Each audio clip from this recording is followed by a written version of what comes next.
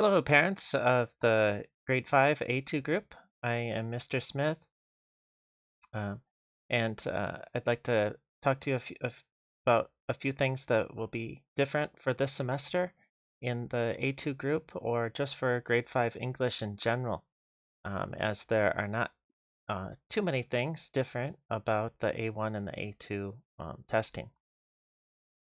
So first thing,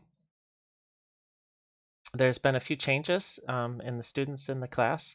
Um, One student was moved up to the A1 group, and 3 students were moved down. And to any of those parents that were moved down, don't take it too harshly. Perhaps it's a different makeup of the class will allow your students to do better, and maybe having a different teacher, they might react to differently as well. Uh, the A1 group has a bit harsher standards as far as grammar goes, um, and maybe a bit more homework, which is maybe what your kids need. They need a little bit different attitude and um, different classmates is a big thing. So um, we're still learning all the same things. Almost all of the same things are covered in A2 as they are in A1. Pretty much all the same. Okay, Seesaw. Most everybody seems to have joined this, which is a really great tool for teachers to communicate with parents.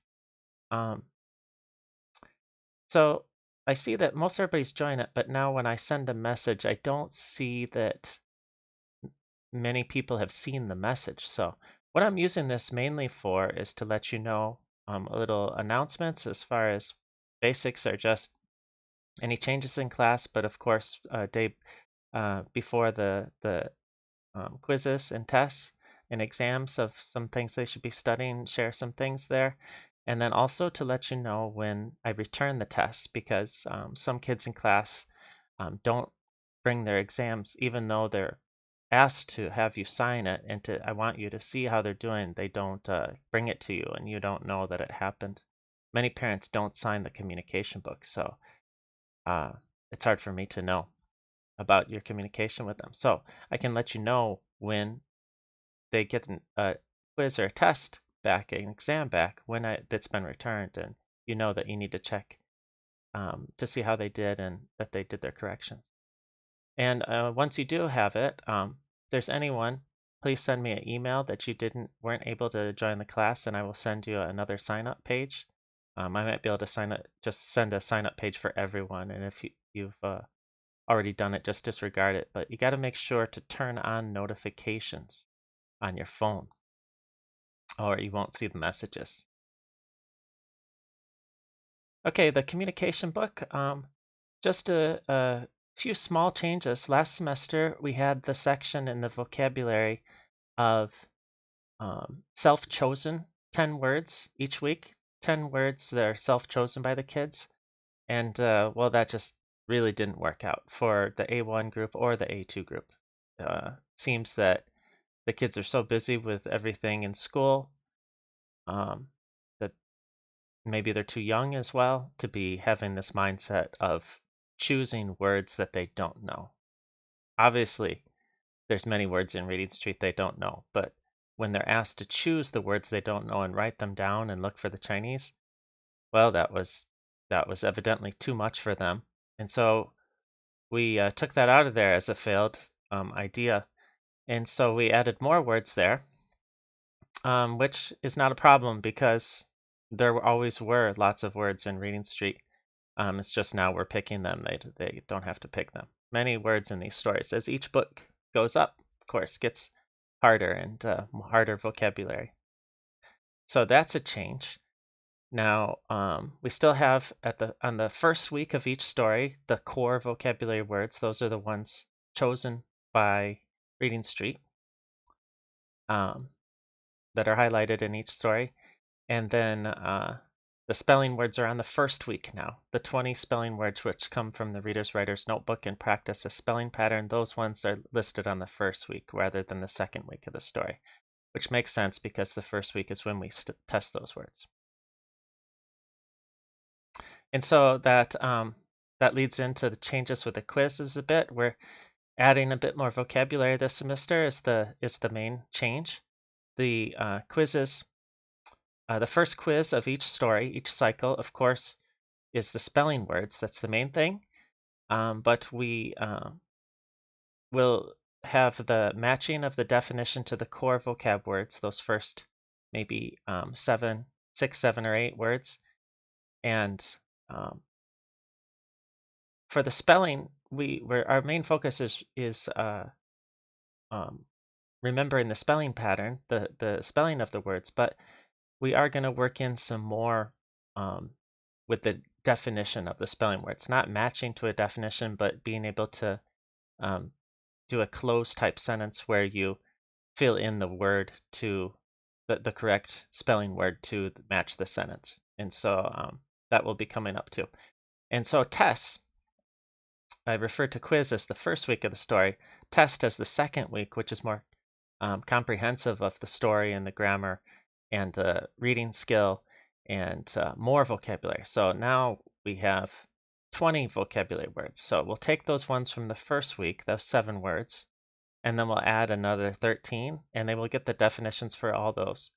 But they don't need to only study the definitions. They also need to really work with the word and try to understand it better. So we'll have more, maybe a bit more homework assignments of making sentences for the words so that they can understand the context clues that are important for understanding choosing which word to put in a sentence, a closed sentence as they're called.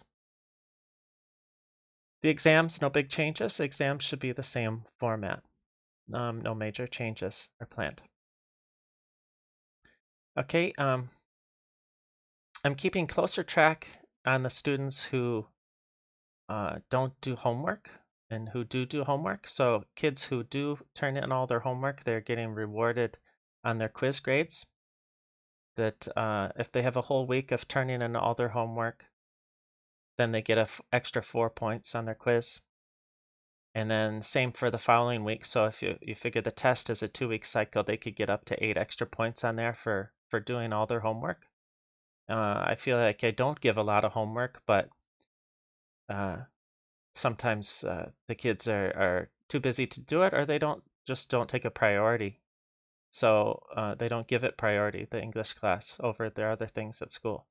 And so I would like to reward that a bit, and I'd also hold them more accountable. And for kids who don't do it, of giving them more extra homework to make up for the things that they don't do, and then also some recognition that they're not getting rewarded like their classmates are who are doing their homework, and some notes home to you to let you know that it is important that they finish the homework and to keep up with things in class.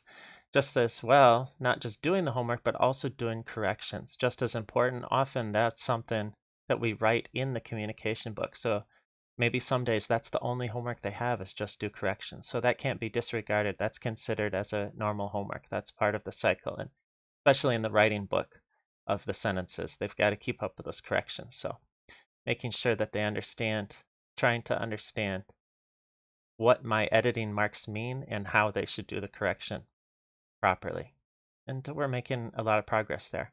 We'll also be doing getting back into writing this semester. Last semester we started off and then it just kind of filtered off. You get busy with all the regular reading street stuff. It's hard to keep up with writing, but right now we're working on a procedure writing, a how-to kind of writing in paragraph form, and that's really difficult for the kids. They really haven't had any good writing instruction in the past, and so that's my responsibility to try to get them up to speed and be able to do some basic writing.